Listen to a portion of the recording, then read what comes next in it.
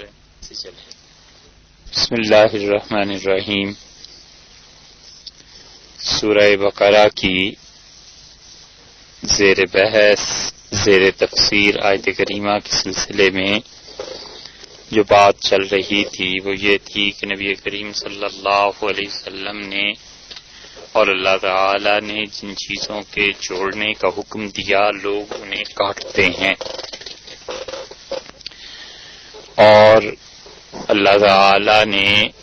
اس بات کی مذمت فرمائی ہے اور اسے فاسقوں کا عمل قرار دیا ہے۔ یہ جو ارشاد باری تعالی ہے کہ ما امر اللہ، جن چیزوں کے جوڑنے کا حکم اللہ نے دیا ہے، اس ما میں اہل لغت یہ کہتے ہیں کہ تعمیم ہے، اور تعمیم کا مطلب یہ ہے کہ ہر وہ چیز جس کے جوڑنے کا اللہ نے حکم دیا وہ اس میں شامل ہے، اور ان تمام چیزوں میں بہت سے روابط اور تعلقات ایسے ہیں جو مسلمانوں کے باہمی ہیں، جو ہر گھر کی ضرورت ہیں، اور جو ہر معاشرے میں اور خاص طور پہ مسلمانوں کے موجودہ معاشرے میں پیش آتے ہیں۔ رشتہ داریوں کو جوڑنے کے متعلق اور اپنے رشتہ داروں سے اچھا سلوک کرنے کے متعلق کل کچھ احادیث آپ کے سامنے بیان ہوئی تھیں، اور اسی سلسلے میں کچھ چیزیں رہ گئی تھیں اور وہ مناسب ہے کہ بیان کی جائیں تاکہ لوگ اپنے طرز عمل پہ، اپنے رویے پر غور کریں کہ جو کام ہم کر رہے ہیں وہ کتنا سنت کے مطابق ہے اور کتنا رسول اللہ صلی اللہ علیہ وسلم کے ارشادات پہ پورا اترتا ہے۔ رشتہ داریوں میں جو بہت بری چیز ایک ایک گھر میں پھیل گئی ہے وہ باہمی لڑائیاں ہیں، اور یہ اتنی تباہ کن چیز ہے، اتنی خراب کر دینے والی چیز ہے کہ اس سے خاندان اجڑ جاتے ہیں، گھروں میں برکتیں ختم ہو جاتی ہیں، اور بچوں کی تربیت پہ خاص طور پہ بہت برے نتائج اس کے مرتب ہوتے ہیں۔ اس لیے جس چیز کا نام جھگڑا ہے، اگر انسان حق پر ہو اور کوئی کفر اور باطل کی بات ہو اور کفر اور اسلام کی بات ہو اور خیر اور شر کی بات ہو اور حق اور اس کے مقابلے میں باطل آئے، تو چلیے وہ تو ایک بات ہوئی کہ اللہ نے وہاں پہ لڑائی کا حکم دیا ہے، مگر اپنے بھائیوں سے لڑنا، اپنے اعزہ سے لڑنا، اپنے تعلقات کو منقطع کرنا، گھریلو باتوں پہ اور معمولی باتوں پہ لڑائی جھگڑے، یہ اتنی خطرناک چیز ہے کہ یوں سمجھ لیجیے آگ لگانے کے مترادف ہے۔ ان سے بچنا چاہیے، اور جو آدمی ایسی حرکتیں کرتا ہے، جان بوجھ کے گھروں میں فسادات برپا کرتا ہے، جان بوجھ کے لڑاتا ہے، اور اس کی چھوٹی سی حرکت سے بھی ایک آتش فشاں پھٹ سکتا ہے، وہ بھی اسی حکم میں آتا ہے جو اللہ نے یہاں فرمایا ہے کہ یقطعون ما امر اللہ بہ ان یوصل، کہ وہ کاٹتے ہیں ان تعلقات کو، ان چیزوں کو جن کے جوڑنے کا اللہ نے حکم دیا۔ یہ لڑائی اور جھگڑے نبی کریم صلی اللہ علیہ وسلم نے ارشاد فرمایا کہ میں تمہیں بتاؤں جو چیز نیکی کو جڑ سے اکھیڑ دیتی ہے۔ ایک روایت میں یہ لفظ آئے ہیں کہ آپ نے فرمایا حالقہ، مونڈ دیتی ہے، شیو کر دیتی ہے، جیسے اس طرح بلیڈ پھر جائے انسان کے جسم پہ تو جو بال ہوتے ہیں بالکل اتر جاتے ہیں اور صفائی ہو جاتی ہے، بالکل ٹھیک اسی طرح فرمایا کہ میں تمہیں بتاؤں جو چیز صفائی کر دیتی ہے انسان کی، یعنی اس کے نیکی کے اعمال جڑ سے اکھیڑ دیتی ہے۔ اور پھر رسول اللہ صلی اللہ علیہ وسلم نے فرمایا آپس کی لڑائیاں اور جھگڑے، ان سب جھگڑوں کا کوئی حل نہیں ہے سوائے اس کے کہ ایک فریق، ایک آدمی یہ طے کر لے کہ میں ہمیشہ اچھا رہوں گا، بس مجھے کسی کے ساتھ برائی کرنی ہی نہیں۔ دوسرا جو کچھ بھی کرتا رہے وہ اس کے اپنے اعمال اور اللہ کے ہاں جا کر وہ جواب دہ ہوگا۔ اور میں اپنے اعمال کا جواب دہ ہوں، اور کچھ گزر جائے، کوئی گالیاں دے، کوئی برا بھلا کہے، غیبت کرے، جھوٹ بولے، مجھ پہ برا الزام لگائے، کچھ کہے، بہتان بازی سے باز نہ آئے، میں نے نہیں بولنا، اور مجھ سے سوائے خیر کے اور کسی چیز کی توقع کسی کو نہیں رکھنی چاہیے۔ جب ایک فریق اس پہ سختی سے عمل کرے گا تو دوسرا آخر کب تک لڑائی اور جھگڑا کرے گا؟ ایک دن اسے بھی شرم آئے گی، اور نہیں آئے گی آج اپنے خاندان اور اپنے گھر والوں کے سامنے، تو قیامت میں اللہ جہاں ہزاروں، لاکھوں اور کروڑوں افراد میں سے کھڑا کر دیں گے، اس سے زیادہ شرم اور ڈوب مرنے کا مقام کیا ہوگا؟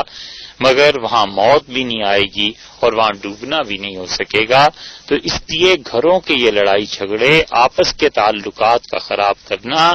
برکتوں کو ختم کر دیتا ہے، تباہی پھیر دیتا ہے۔ آپ اس کا اندازہ اس ایک حدیث سے لگائیں جو آپ نے بار بار سنی بھی ہو شاید، مگر کبھی غور نہ کیا ہو، کہ رسول اللہ صلی اللہ علیہ وسلم اپنے گھر میں تشریف فرما تھے، اور مسجد نبوی میں دو آدمیوں کے ذرا اونچا بات کرنے کی آواز آئی، اور رمضان کا مہینہ، مسجد نبوی، اور دو صحابی ہیں رضی اللہ عنہ۔ اب اس سے زیادہ بھی نیکی کوئی ہو سکتی ہے کہ صحابہ کرام رضی اللہ عنہ میں سے دو افراد ہیں، اور رمضان کا مہینہ ہے، اور مسجد نبوی میں، اور مسئلہ کیا ہے؟ قرض کا، اور ان کی آپس میں بات چیت میں آواز بلند ہو گئی، اور رسول اللہ صلی اللہ علیہ وسلم اپنے حجرہ مبارک میں تھے،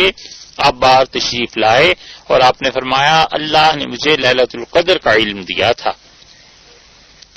اور تم دونوں کے آواز بلند کرنے سے وہ علم اللہ نے واپس دے دیا۔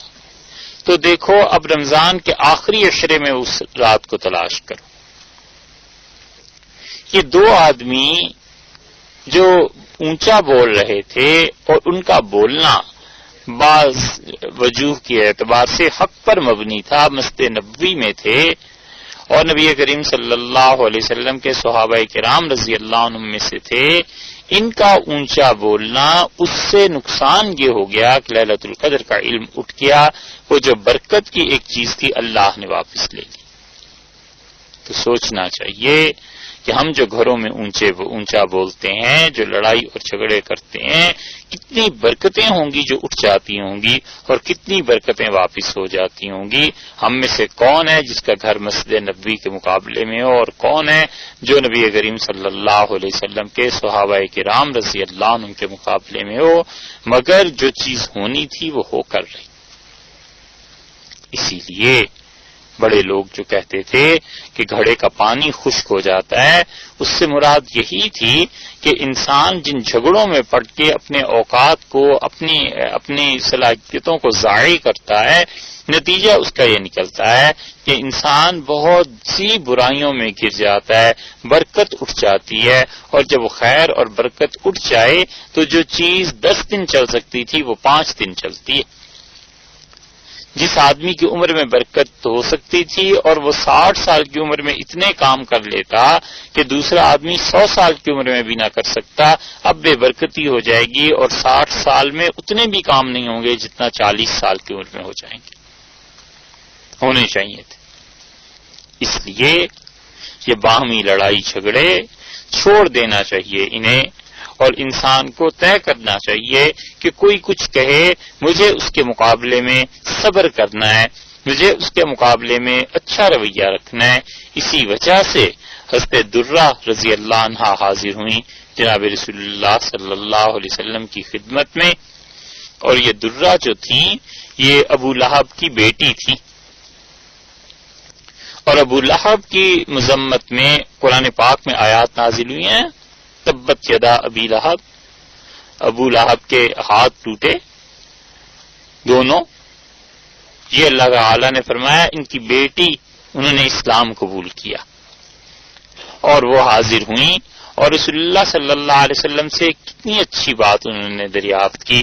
امام بہقی رحمۃ اللہ علیہ نے کتاب الزہد لکھی ہے، اس میں یہ حدیث نقل کی ہے کتاب الزہد کے نام سے مختلف بزرگوں نے، بہت سے لوگوں نے کتابیں لکھی ہیں. امام ابو یوسف نہیں عبداللہ ابن مبارک رحمۃ اللہ علیہ کی کتاب ہے کتاب الزہد. امام ابو یوسف رحمۃ اللہ نے تو کتاب الخراج لکھی تھی، اور بہت سے لوگوں نے کتاب الزہد لکھی ہے. امام بہقی رحمۃ اللہ علیہ نے بھی کتاب الزہد لکھی ہے، اور اس میں یہ حدیث لائے ہیں کہ نبی کریم صلی اللہ علیہ وسلم سے ابو لہب کی بیٹی درہ نے پوچھا، انہوں نے کہا کہ من خیر الناس، اللہ کے رسول سب سے اچھے لوگ کون ہیں، سب سے اچھے آدمی کون ہیں؟ تو رسول اللہ صلی اللہ علیہ وسلم نے 4 چیزیں گنوائیں. آپ نے فرمایا اتقاہم للرب، سب سے اچھے لوگ ہیں جو سب سے زیادہ اپنے پروردگار سے ڈرنے والے ہیں، اللہ کا خوف ہے اور اللہ کے روب کی وجہ سے وہ گناہ کے کام نہیں کرتے. سب سے پہلے تو فرمایا وہ اچھے ہیں. دوسرا فرمایا وَأَوْصَلُهُمْ لِلرَّحْمِ، اور ان میں سب سے اچھے لوگ وہ ہیں جو اپنی رشتہ داریوں کو جوڑ کر رکھتے ہیں. یہ بہت نیکی کے کاموں میں سے ہے کہ کوئی انسان سوچے کہ میری رشتہ داری کہاں کہاں تک پہنچتی ہے اور کون کون میرے طرز عمل کا اس نے سلوک کا مستحق ہے، مجھے کس کس کے ساتھ اچھائیاں کرنی ہے. وَآمَرُهُمْ بِالْمَعْرُوفِ، اور رسول اللہ صلی اللہ علیہ وسلم نے فرمایا کہ معروف یعنی نیکی کے کاموں کا جو حکم دیتے ہیں وہ سب سے اچھے ہیں. وَأَنْهَاهُمْ عَنِ الْمُنْكَرِ، اور جو سب سے زیادہ لوگوں کو برائیوں سے روکنے والا ہے وہ سب سے زیادہ اچھا. 4 خصلتیں گنی ہیں. ایک اللہ تعالی سے سب سے زیادہ ڈرنے والا، دوسرا اپنے رشتہ داروں کا سب سے زیادہ خیال رکھنے والا، اور تیسرا وہ جو امر بالمعروف کرے، نیکی کا حکم دے، اور چوتھا وہ جو برائیوں سے سب سے زیادہ روکنے والا ہو. تو یہ رشتہ داریوں کو جوڑنا، رشتہ داروں کا خیال رکھنا، اور جب حق پہ ہو انسان اور صحیح طریقے پہ کر رہا ہو، اللہ کے ہاں بہت بڑی نیکی. اپنے رشتہ داروں کا ساتھ ظلم پہ نہ دے، اپنے رشتہ داروں کا ساتھ حق کے خلاف نہ دے، تعصب کو بیچ میں نہ آنے دے، اور اسی طرح اپنے رشتہ داروں کے لیے دوسروں کے مال میں بھی گڑبڑ نہ کرے اور صحیح طریقے کے مطابق ان سے اچھا سلوک کرتا رہے. اللہ کے ہاں اس کا بہت اجر ہے. اسی وجہ سے حضرت عثمان رضی اللہ عنہ اپنے ذاتی مال سے، امیر المومنین سیدنا عثمان ابن عفان رضی اللہ عنہ اپنے رشتہ داروں کے ساتھ حسن سلوک کرتے تھے، اور اتنا کچھ اپنے رشتہ داروں کو دیتے تھے کہ دوسرا آدمی نہیں دے سکتا تھا. تو حضرت عثمان رضی اللہ عنہ کے اس فعل کو کہ وہ اپنے رشتہ داروں اور بنو امیہ کے ساتھ اتنا اچھا سلوک کرتے ہیں، بعض لوگوں نے اعتراض بھی کیا. تو حضرت عثمان رضی اللہ عنہ نے بتلایا کہ وہ کوئی مسلمانوں کا پیسہ نہیں خرچ کر رہے، وہ تو خود اپنی جیب سے دے رہے ہیں. مسند احمد میں آتا ہے حضرت عثمان رضی اللہ عنہ نے فرمایا کہ اللہ کے ہاں اگر میری سنی جائے، یعنی میرے بس میں یہ ممکن ہو تو میں بنو امیہ کے کسی بچے تک کو بھی جہنم میں نہ جانے دوں. تو مراد یہ ہے کہ بنو امیہ میں جو اچھے اور صالح لوگ ہیں، اگر کچھ ان سے لغزش اور خطا ہو بھی جائے تو بھی میں ان لوگوں کے لیے اللہ کے ہاں درخواست کروں کہ خدا انہیں معاف کرے. یہ سب چیزیں اپنے رشتہ داروں سے تعلقات کو جوڑنے کی وجہ سے. حضرت ابو ذر غفاری رضی اللہ عنہ کو دیکھیے، نبی کریم صلی اللہ علیہ وسلم کے صحابہ کرام رضی اللہ عنہ میں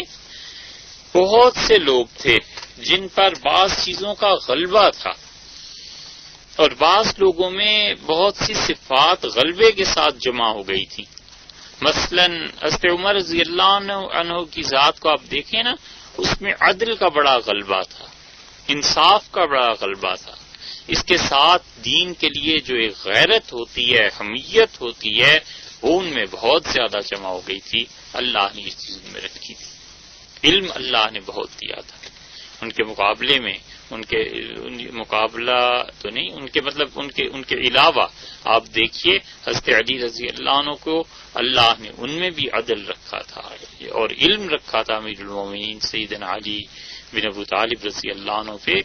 علم کا غلبہ تھا. عبداللہ ابن مسعود رضی اللہ عنہ کو دیکھ لیجیے،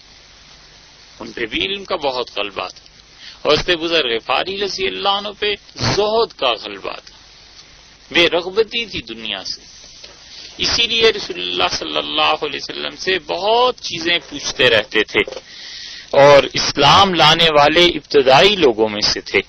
اللہ کی راہ میں ستائے گئے، اللہ کی راہ میں مار بھی کھائی ہے انہوں نے، اور اسی طرح وہ ہر دور میں بڑے ممتاز حیثیت میں اس اعتبار سے رہے ہیں کہ کوئی چیز ایسی نہیں تھی دنیا کی جو انہیں اپنی طرف مائل کر سکی. حضرت ابو ذر رضی اللہ عنہ کی حدیث میں آیا ہے، وہ کہتے ہیں کہ اوصانی خلیلی صلی اللہ علیہ وسلم، میرے دوست، میرے محبوب، میرے نبی صلی اللہ علیہ وسلم نے مجھے کچھ چیزوں کی وصیت کی تھی. ابن حبان اپنی صحیح میں یہ روایت لائیں، اور رسول اللہ صلی اللہ علیہ وسلم نے اس سے فرمایا تھا کہ اللہ انظر الی من هو فوقی، میں اس شخص کی طرف نگاہ نہ اٹھاؤں جو دنیا میں مجھ سے زیادہ نوازا گیا ہے. جو آدمی دنیا کے اعتبار سے مجھ سے بلند تر ہے، بالا ہے، میں اس کی طرف نہ دیکھوں، کیونکہ اس سے نفس میں یہ بات پیدا ہوتی ہے کہ اس کے پاس جو گاڑی ہے میرے پاس کیوں نہیں، اس کا اتنا اچھا مکان ہے میرے پاس کیوں نہیں، وہ ایسے اچھے کپڑے پہنتا ہے ہم کیوں نہیں پہنتے. تو رسول اللہ صلی اللہ علیہ وسلم نے منع ہی فرما دیا، جو جس کے پاس ہے اپنے گھر میں ہوگا، اس کے لیے ہم کیا کریں. فرمایا مت دیکھو جسے تم سے زیادہ نوازا گیا ہے، اور یہ جسے زیادہ نوازا جاتا ہے کوئی اللہ کی رحمت کی علامت تھوڑی ہے. جو آدمی دنیا کی مباحات اپنی ذات کے لیے زیادہ استعمال کرتا ہے نا، وہ دوسری طرف یہ سامان مہیا کرتا ہے کہ زیادہ دیر قیامت میں حساب کے لیے اپنے رب کے حضور میں کھڑا رہے. اور اللہ کے حضور میں کھڑے ہونا یہ کچھ معمولی بات نہیں ہے. اس لیے اچھا آدمی وہی ہے جس کو اگلی بات میں فرمایا گیا ہے کہ رسول اللہ صلی اللہ علیہ وسلم نے مجھ سے فرمایا کہ اپنے اوپر والے پہ، دنیا میں جو تم سے اوپر ہے اس پہ نظر نہ کرنا، اور جو تم سے کم درجے کا ہے نا بس اسے دیکھتے رہنا. یہ ہے وہ چیز کہ آدمی جب اپنے سے بھی کم پہ غور کرتا ہے تو احساس ہوتا ہے کہ میرے مالک نے میرے ساتھ کتنی مہربانیاں کی. وَأَوْصَانِي بِحُبِّ الْمَسَاكِينِ، اور رسول اللہ صلی اللہ علیہ وسلم نے مجھ سے کہا کہ جو مسکین لوگ ہیں نا، غریب لوگ، ان سے محبت کرنا،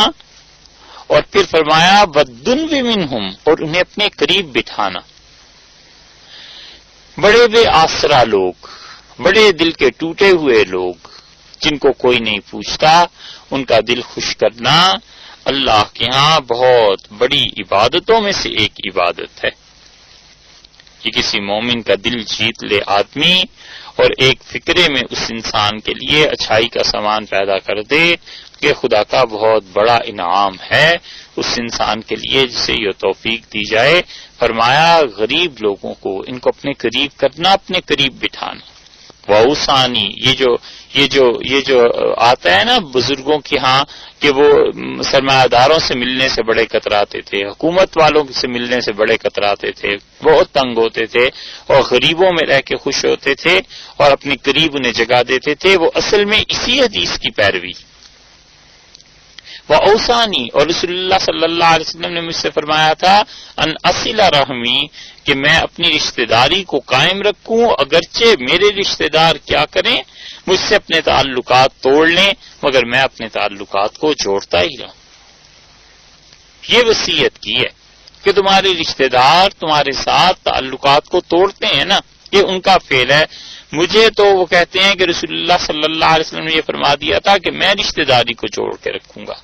اور مجھے وصیت کی نبی کریم صلی اللہ علیہ وسلم نے کہ اللہ کے معاملے میں سچی بات کہتے ہوئے کسی سے مت ڈرنا. لومۃ لائم، کسی پرواہ کرنے والے کی پرواہ نہ کرنا. ہوتا یوں ہے کہ انسان کو جب محبت ہو جاتی ہے نا کسی سے، پھر ملامت کرنے والے کی پرواہ نہیں کیا کرتا. سارا گھر عار دلاتا ہے کہ کس مصیبت میں پڑ گئے ہو، کس کی محبت میں گرفتار ہو گئے ہو، تمہارے اعصاب پہ فلاں چیز چھا گئی ہے، یہ ہو گیا ہے تمہیں. لیکن وہ محبت میں جو طعنے ملتے ہیں، جو سننا پڑتا ہے نا، وہ زیادہ سے زیادہ یہی کر سکتا ہے کہ جس سے محبت ہو گئی ہے اس سے کہے کہ تیری وجہ سے مجھے کتنی ذلتیں اٹھانی پڑ رہی. اسی طرح بندے کو اللہ سے جب محبت ہو جائے تو دنیا چاہے جو مرضی کرے، لعنت بھیجے، بدزبان کہے، اکھڑ مزاج کہے، کرخت مزاج کہے، اسے پتا ہوتا ہے کہ میں نے اللہ کے معاملے میں کسی کی پرواہ نہیں کرنی، اور مجھے اگر کچھ کہنا ہے، کچھ رونا دھونا ہے تو اپنے مالکی کے ساتھ کہ تیری وجہ سے دیکھ لے میرے ساتھ اب کیا ہو رہا۔ تو مجھے رسول اللہ صلی اللہ علیہ وسلم نے فرمایا اللہ اخاف فی اللہ لومۃ لائم، کسی ملامت کرنے والے کی ملامت کی، کسی طعنہ دینے والے کے طعنے کی بالکل پرواہ نہ کرنا ابو ذر، اللہ کے معاملے میں صاف بات کہنا۔ اور مجھ سے فرمایا تھا رسول اللہ صلی اللہ علیہ وسلم نے کہ نقول الحق، کہ سچی بات میں کہوں، وہ ان کا مرن، اگرچہ وہ سچ تلخ ہو۔ کچھ آپ سے عرض کیا تھا کہ مرچوں کی بجائی کا موسم وہ سارا سال ہی رہتا ہے نا، کہ سچی بات کہیں۔ اور مجھ سے رسول اللہ صلی اللہ علیہ وسلم نے فرمایا تھا کہ ابو ذر اکثر یہ پڑھتے رہنا لا حول ولا قوت الا باللہ۔ اور دیکھو یہ جنت کے جو خزانے ہیں ان میں سے ایک خزانہ یہ بھی ہے، یہ اللہ نے دیا ہے لا حول ولا قوت الا باللہ، کثرت سے اسے پڑھتے رہنا۔ اس میں بھی یہی آیا کہ مجھ سے رسول اللہ صلی اللہ علیہ وسلم نے فرمایا رشتہ داری کو جوڑنا، اگرچہ لوگ توڑ کے رکھیں، اور اس رشتہ داری کو جوڑنا کئی طرح سے ہے۔ ایک یہ کہ انسان ان کے ساتھ نیکی کرے، ایک یہ کہ انسان ان کے ساتھ نیکی جب کرتا ہے تو دوہرا صلہ ہے، کیونکہ اور کہیں کرے گا تو نیکی تو ہوئی، اور رشتہ داری کو ملا کر کیا تو دوہری نیکی ہو گئی نا۔ حضرت میمونہ رضی اللہ عنہا کی روایت میں یہی آیا ہے، ایک باندی ان کے ہاں تھی اور انہوں نے اسے آزاد کر دیا۔ ابو داؤد میں آیا ہے اور کہ رسول اللہ صلی اللہ علیہ وسلم سے انہوں نے اجازت نہیں لی، اسے آزاد کر دیا۔ تو جس دن نبی کریم صلی اللہ علیہ وسلم ان کے ہاں رات بسر فرماتے تھے، تشریف لائے تو انہوں نے عرض کیا کہ وہ جو باندی تھی میں نے اسے آزادی دے دی، تو آپ کو معلوم ہوا؟ تو رسول اللہ صلی اللہ علیہ وسلم نے فرمایا نہیں۔ تو انہوں نے کہا جی میں نے ایسے کیا ہے۔ تو آپ نے فرمایا اگر تم اس باندی کو اپنی ماموؤں کو دے دیتی نا تو تمہیں اللہ اس سے دگنا اجر دیتا، اس لیے کہ ماموں جو تھے ان کے محتاج ہوں گے نا، تو رشتہ داری بھی ہوتی، جڑ بھی جاتی رشتہ داری بھی، اور اس کے ساتھ ساتھ نیکی بھی ہو جاتی، دونوں چیزیں ہو جاتی۔ تو نیکی تو کرنی ہی تھی، لیکن رشتہ داری کے حوالے سے نیکی اس نیکی کو مزید اچھا کر دیتی۔ حضرت عائشہ رضی اللہ عنہا فرماتی ہیں صحیح بخاری میں کہ نبی کریم صلی اللہ علیہ وسلم نے فرمایا یہ جو رحمت ہے نا، یہ رشتہ داریوں کو جوڑنا، یہ جذبہ اللہ کے عرش کے ساتھ چمٹا ہوا ہے۔ یہ سب چیزیں اللہ کے یہاں حقائق ہیں جنہیں ہم محض جذبات سمجھتے ہیں۔ محبت کی ایک شکل و صورت ہے اللہ کے یہاں، رحمت کی بھی ایک شکل و صورت ہے، ایک شکل و صورت موت کی بھی ہے خدا کے یہاں، اور حیات زندگی کی بھی غالباً شکل و صورت ہے اللہ کے یہاں۔ سب چیزوں کی شکلیں ہیں، تو یہ جو آپس کے تعلقات کا جوڑنا ہے اس کی بھی ایک شکل ہے، ایک چیز ہے جو اللہ کے عرش سے چمٹی بھی ہے۔ اور رسول اللہ صلی اللہ علیہ وسلم نے فرمایا وہ کہتی ہے من وصلنی وصلہ اللہ، اللہ جو مجھے جوڑے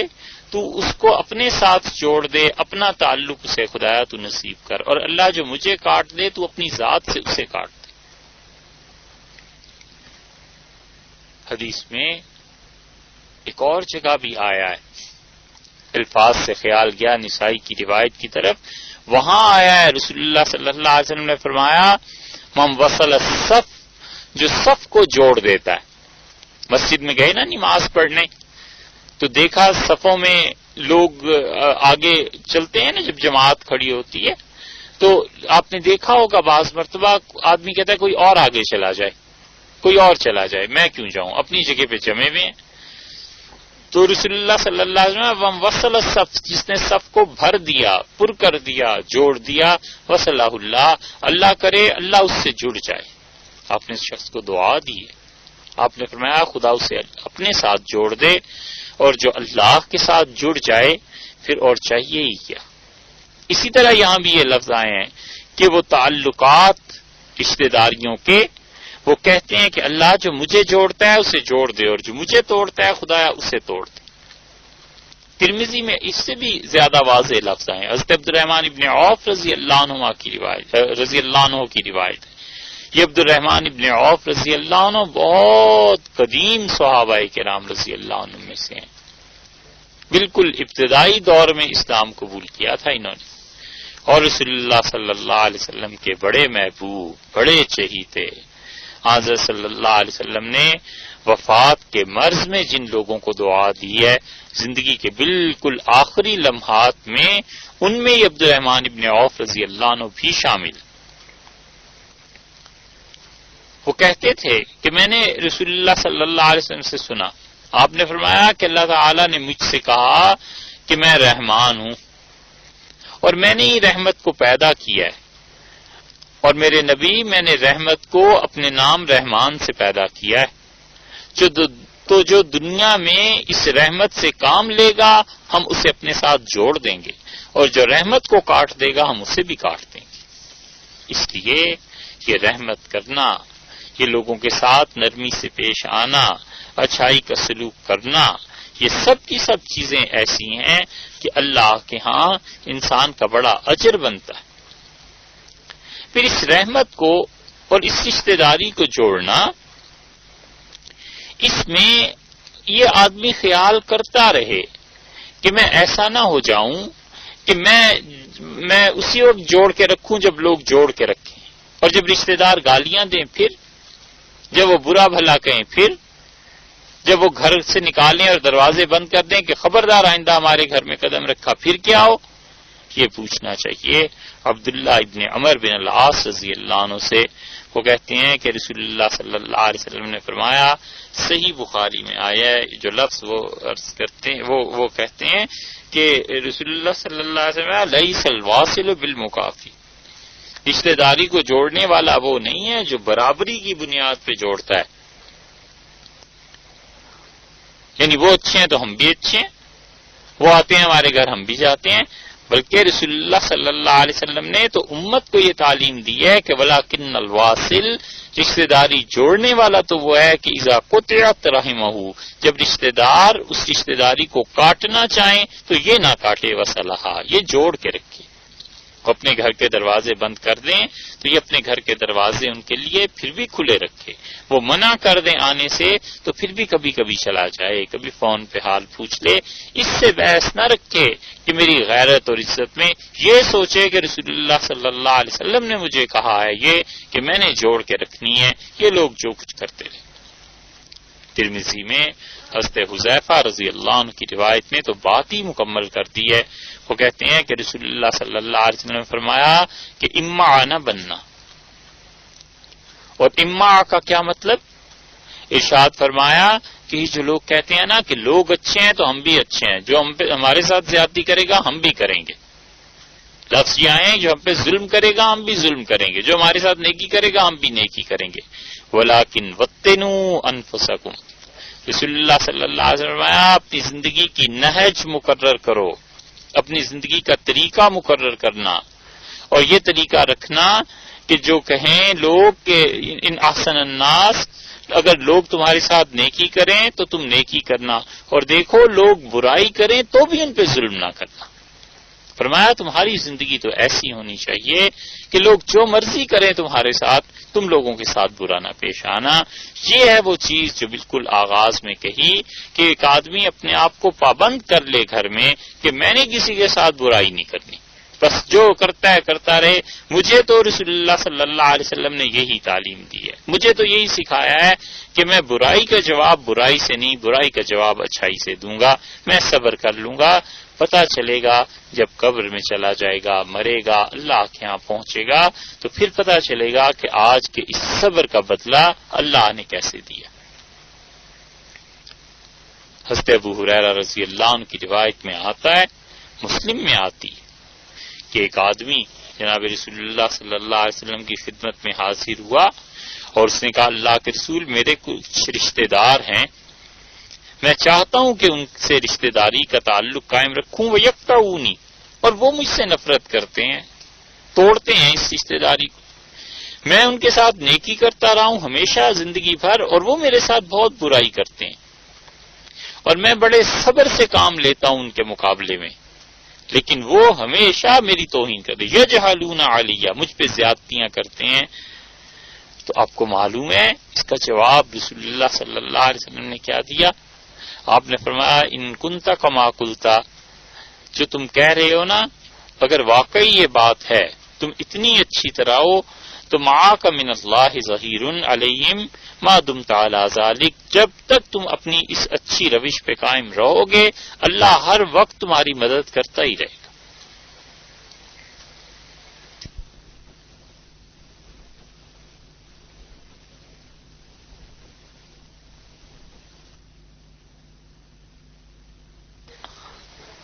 تو ارشاد فرمایا کہ اللہ تعالیٰ تمہاری مدد کرتا ہی رہے گا، لیکن شرط یہ لگائی ہے کہ ما دمت علی ذلک، تم اپنی اس اچھی روش پہ قائم رہنا۔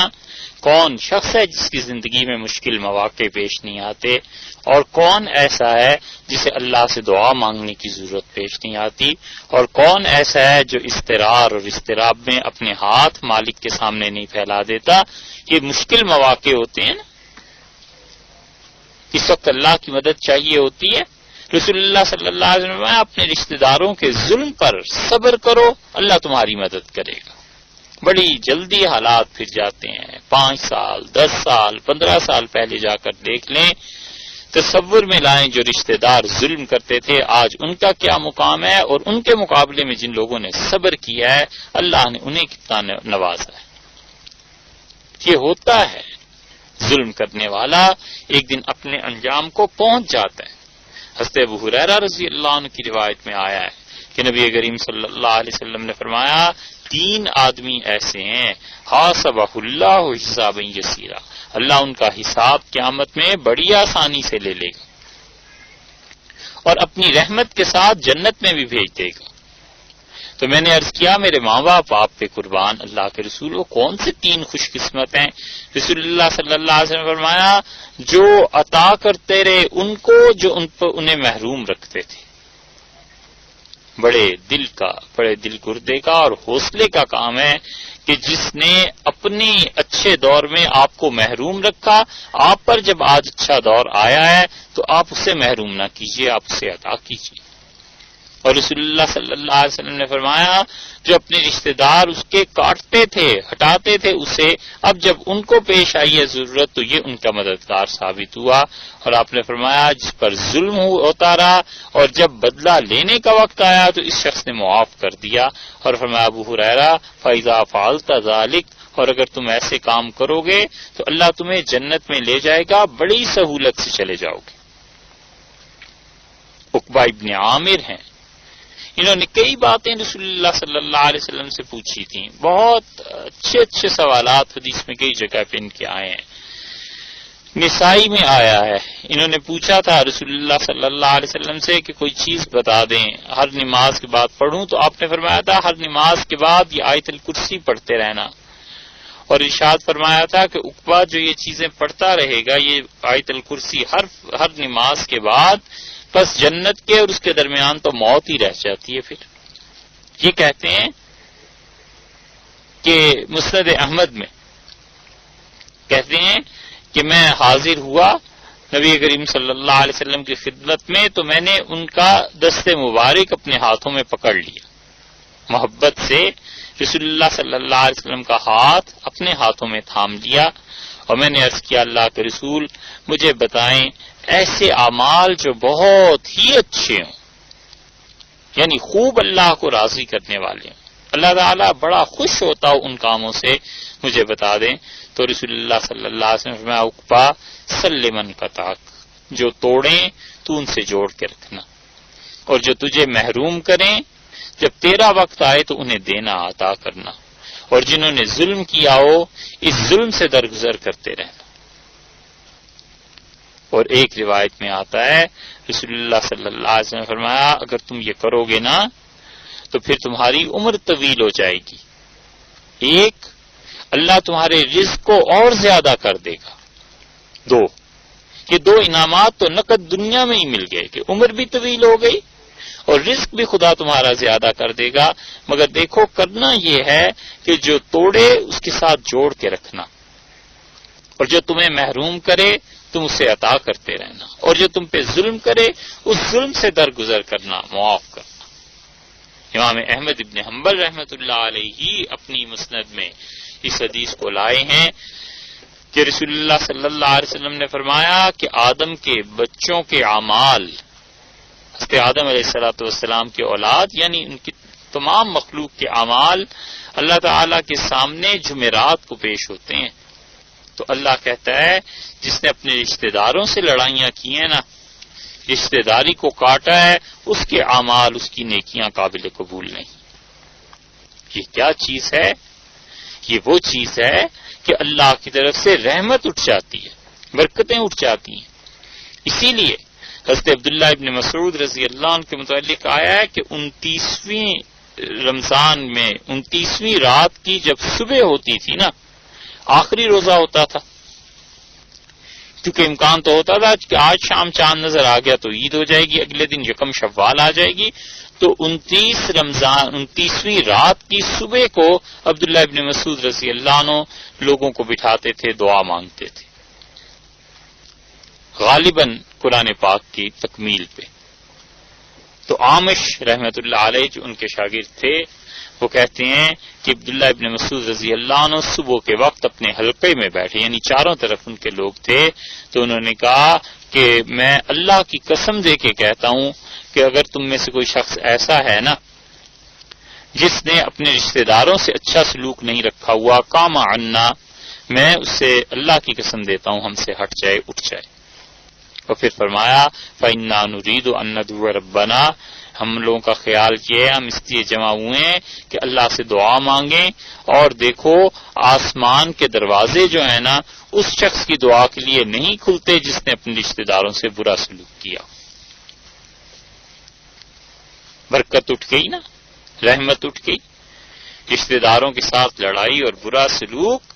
اور جا رہے ہیں پھر عمرہ کرنے، پھر حج کرنے، پھر کہتے ہیں دعا قبول نہیں ہوتی۔ اعمال کون سے کیے ہیں جناب؟ اعمال تو وہ کہ دعا نے قبول بھی ہونا ہے، تو نہ صرف یہ کہ اس کی نہ قبول ہو بلکہ جن جن کے ساتھ بیٹھتا اٹھتا ہے ان کی بھی نہ قبول ہو،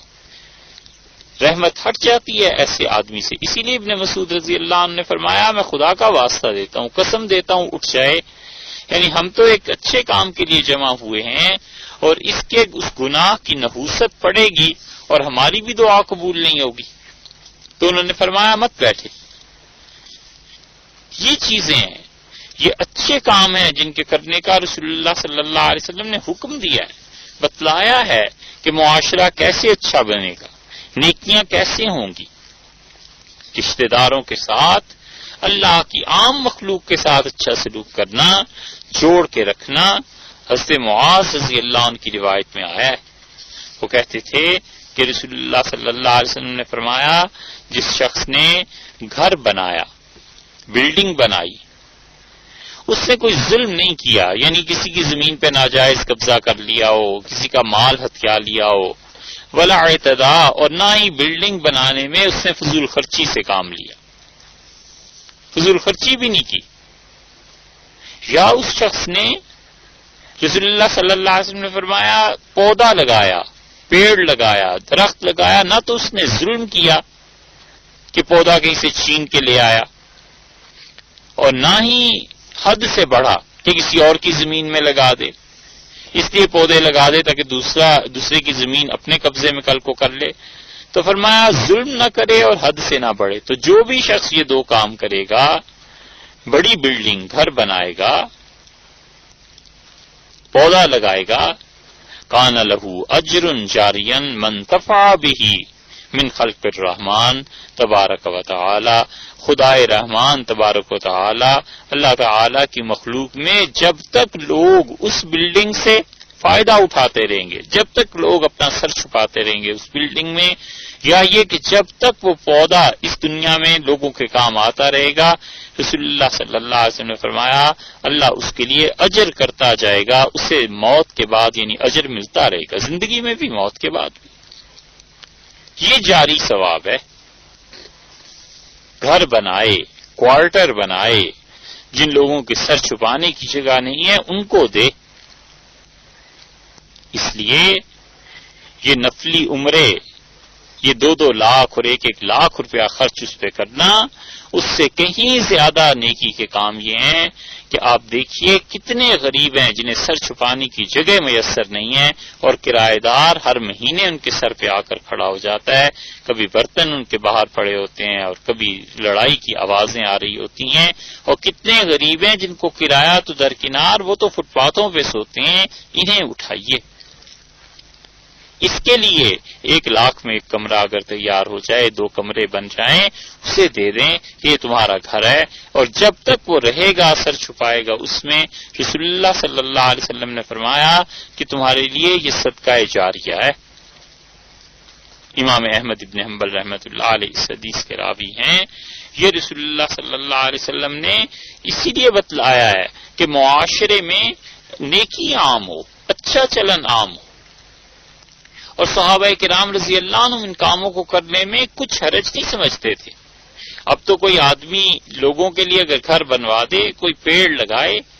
تو ذرا سی حیثیت اس کی اونچی ہو تو لوگ کہتے ہیں پتہ نہیں اتنی حیثیت، اتنی شان کا آدمی یہ کام کر رہا ہے۔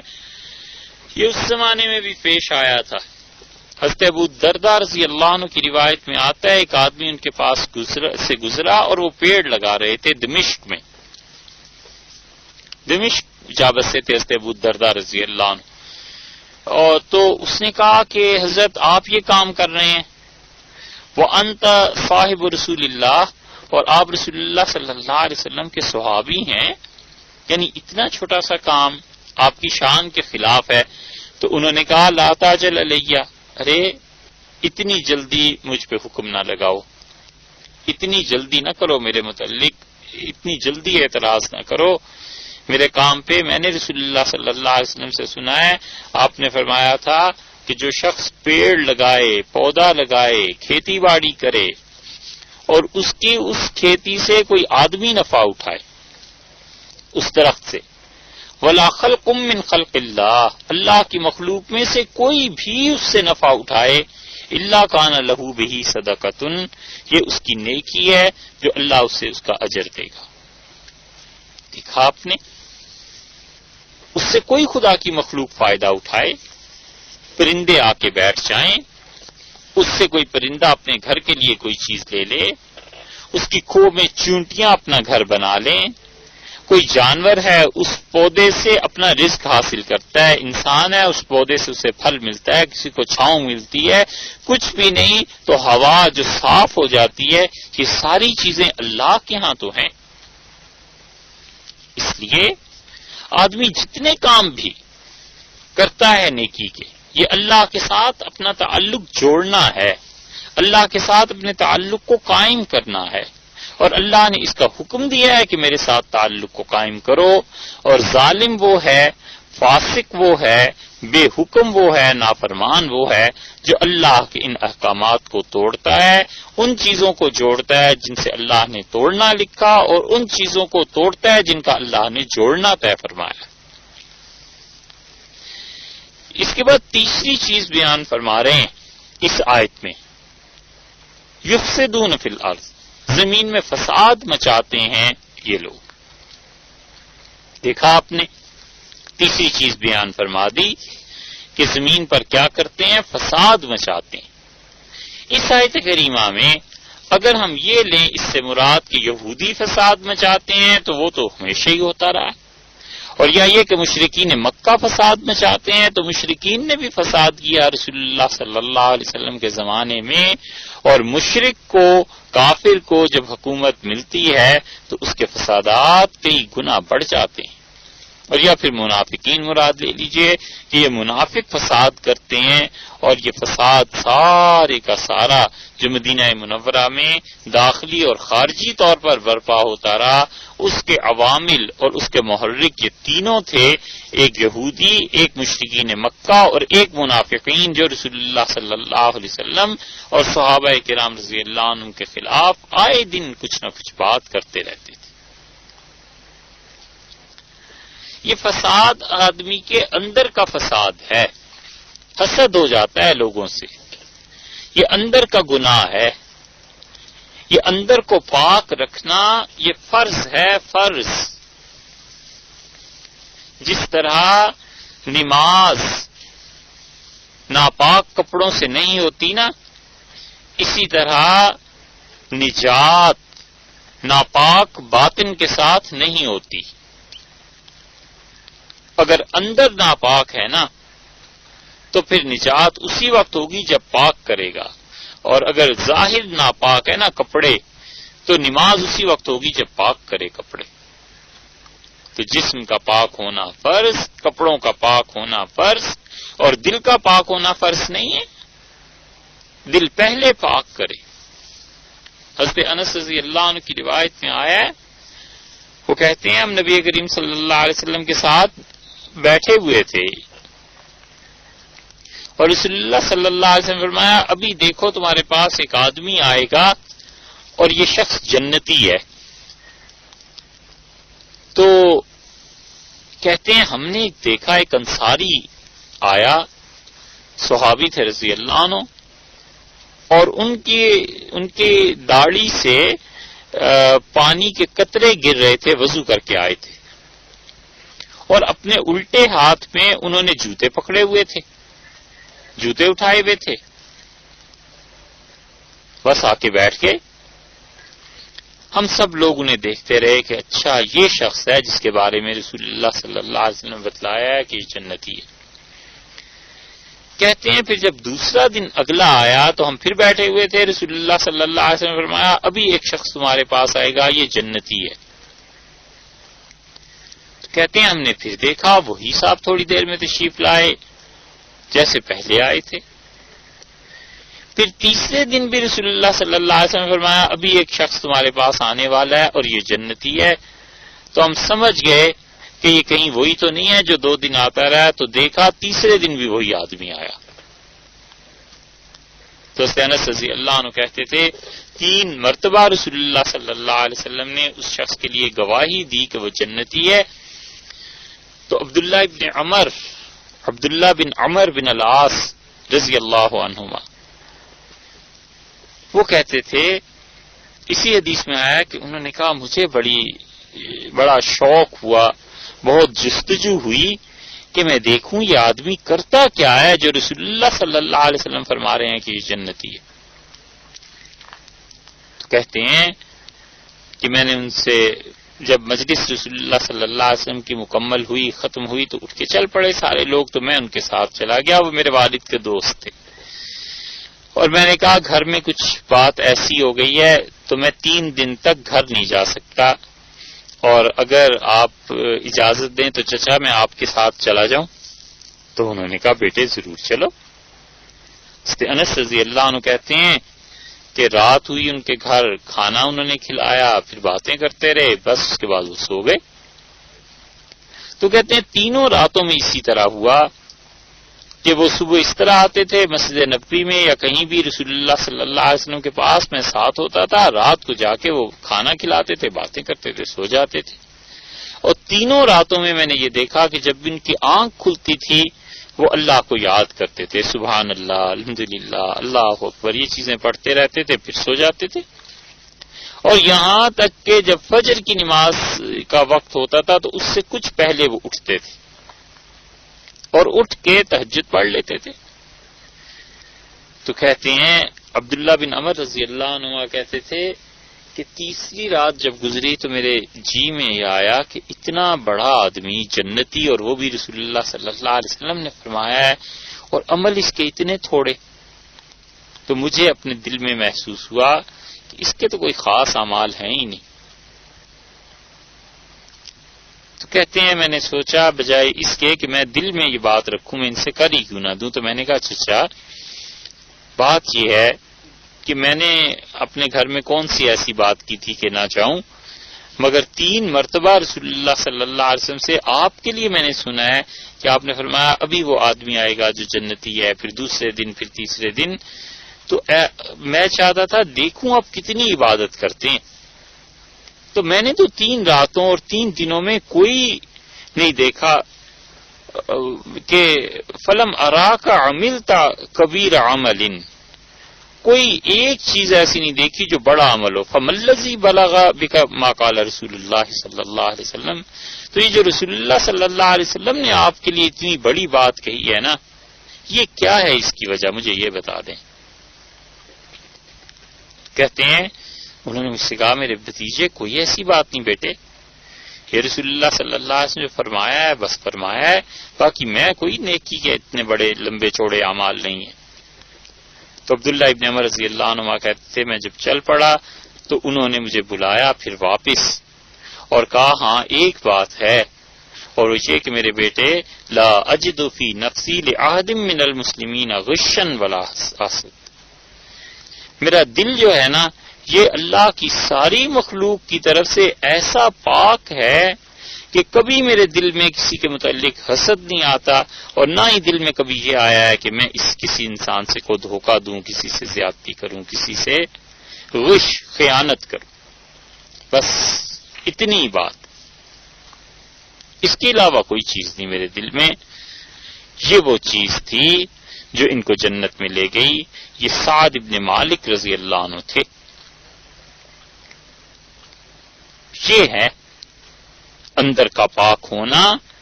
کہ کوئی عمل اتنا بڑا لمبا چوڑا ہو. وہ کہتے ہیں میں نے نہیں دیکھا، بس میں نے ان سے پوچھا تو انہوں نے کہا میرا دل ایسا ہے بس کسی کے خلاف کوئی بات ہے ہی نہیں. تو یہ وہ چیز تھی جس پہ رسول اللہ صلی اللہ علیہ وسلم نے انہیں یہ بشارت دی ہے کہ وہ جنتی ہیں. اسی وجہ سے ایک جگہ یہ بھی آیا ہے، ابن ابی دنیا نے کتاب الاولیاء لکھی ہے، مرسل روایت ہے اور اس کی سند میں بھی خاصی اہل علم نے بحث کی ہے، لیکن کچھ سمجھنے کے لیے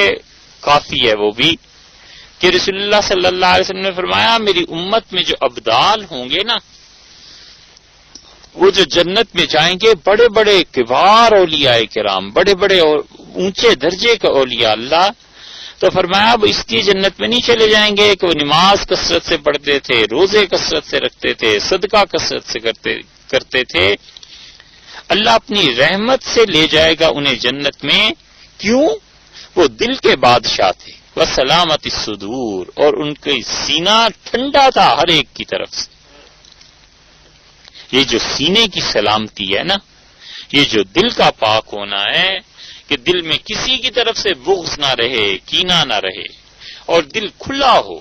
بادشاہوں جیسا دل ہو، اور اپنے مالک پر اعتماد ہو.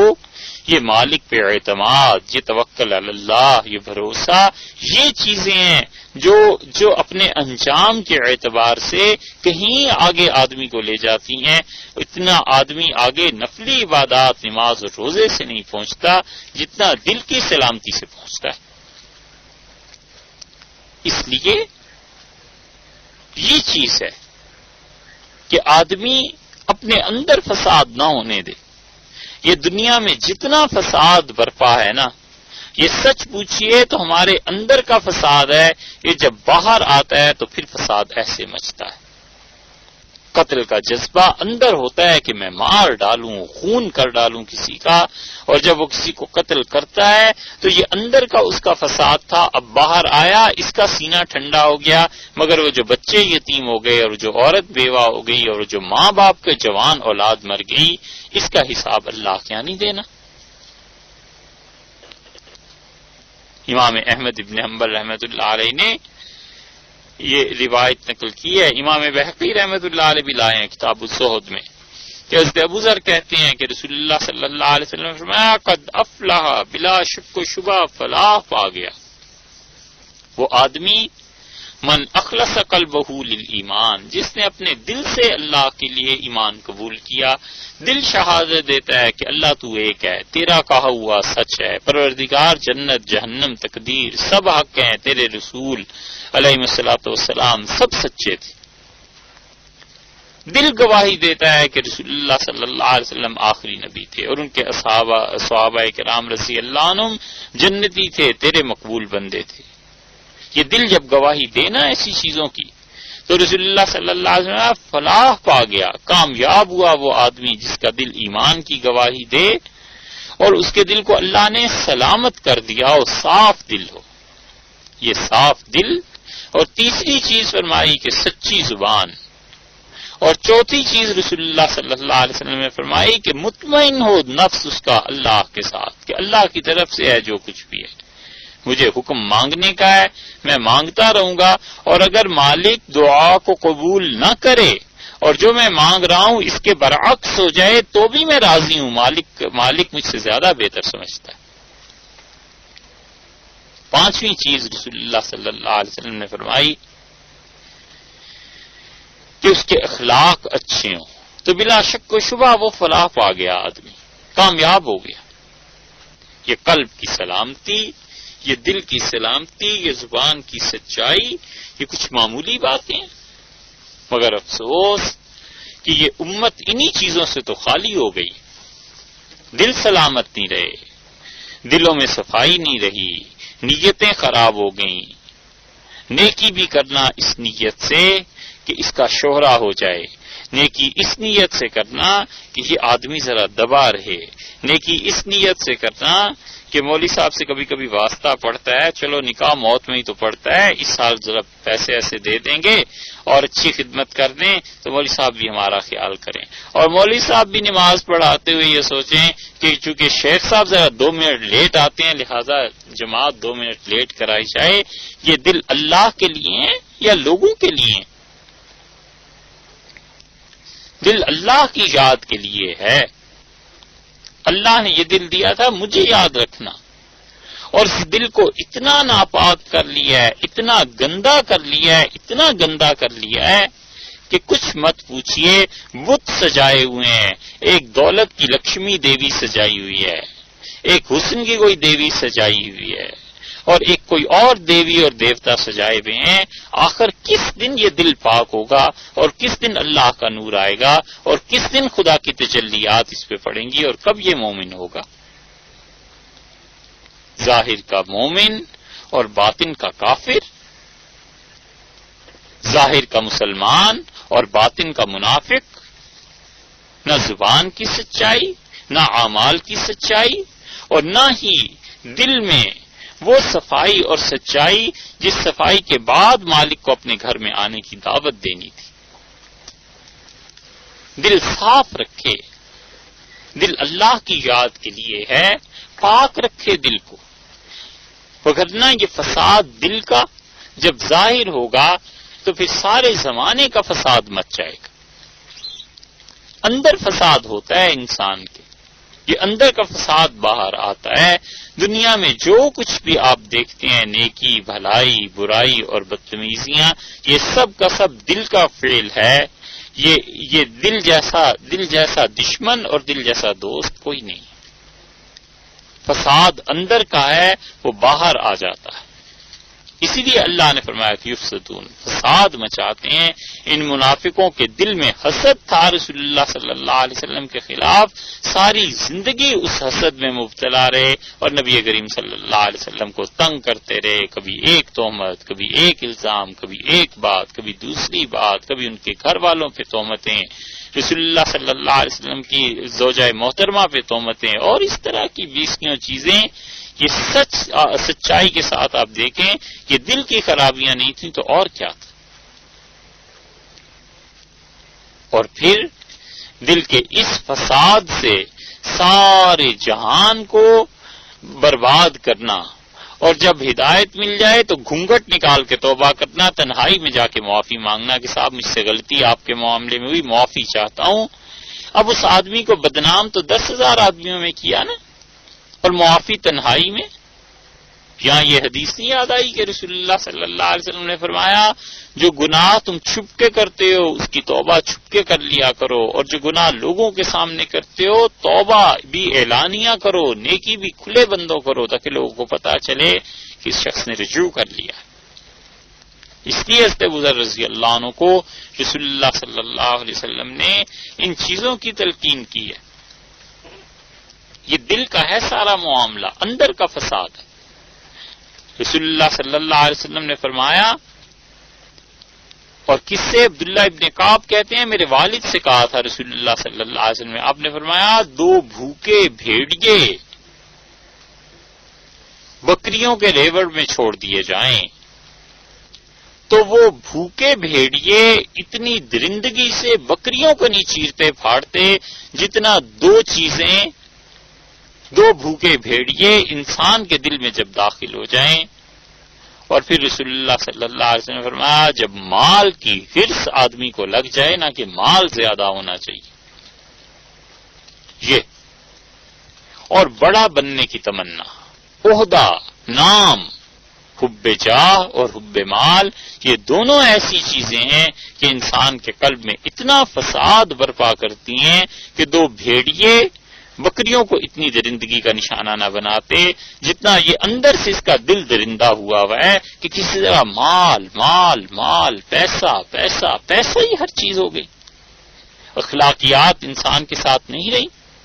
عہدہ ہی ہر چیز ہو گئی کہ صبح شام لوگ سلام کریں اور لوگ تعریف کریں. افسوس کتنے جھوٹ کے سننے کے عادی ہیں یہ کان، اور کتنی جھوٹی تمناؤں میں مبتلا ہے یہ دل. موت کا جھٹکا جب پہلا لگے گا تب پتا چلے گا کہ یہ سب کا سب بادل تھے، سراب تھا، یہ دھوکہ تھا، اب چھٹ گیا اور ختم ہوا. یہ اندر کا فساد موت کے پہلے جھٹکے پہ یہ کینسر کا پھوڑا پھر کھلتا ہے اور پھر پھٹتا ہے اور پھر گندگی باہر آتی ہے، اور پھر افسوس ہوتا ہے کہ زندگی بھر کن چیزوں میں رہا، مگر وہ افسوس کا وقت نہیں ہے، وہ تو اب حاضری کا وقت ہے. اب پتہ چلے گا کہ اس فساد کا کیا ہوا. تو اللہ نے فرمایا کہ یفسدون، فساد مچاتے ہیں. اس کی مزید تشریح انشاءاللہ آئندہ ہفتے عرض کریں گے. السلام علیکم ورحمۃ اللہ وبرکاتہ.